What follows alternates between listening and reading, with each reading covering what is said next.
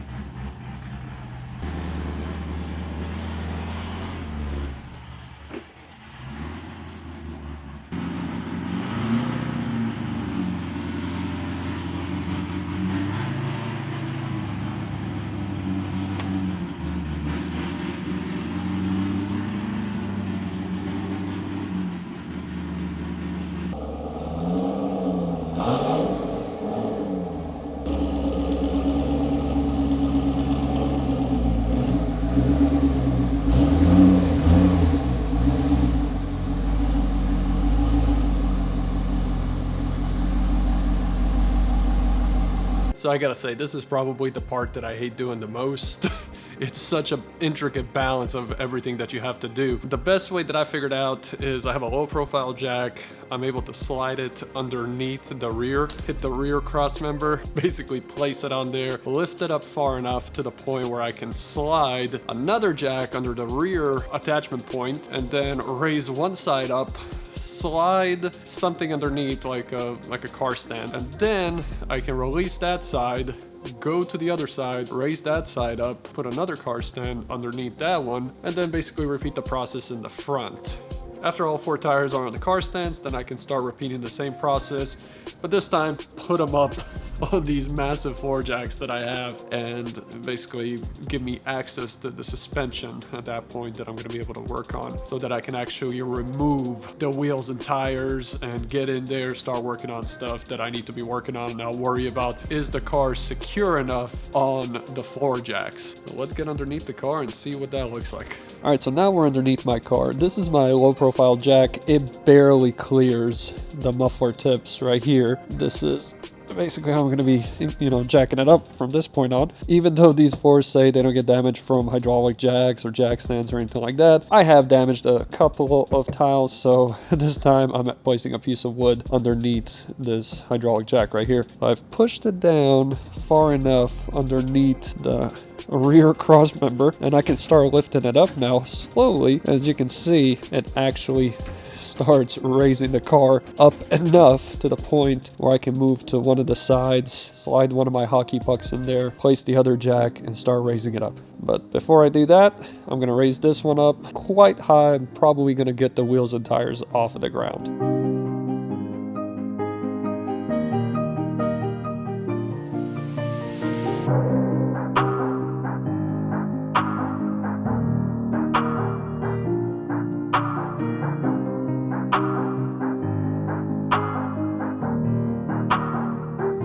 Well, actually, I was able to do it a little bit easier than what I anticipated. I was just able to raise it far up enough where I can just slide underneath basically the stands, the plastic stands that I just rested the tires on. So now I can just raise the front, repeat the same thing in the front, but I'll be raising it from both sides instead of going down the middle, because A, I can't reach from the front, and from the back, I don't think I would want to, just in case something happens and the car drops. So I think the safest route is just do it from the sides.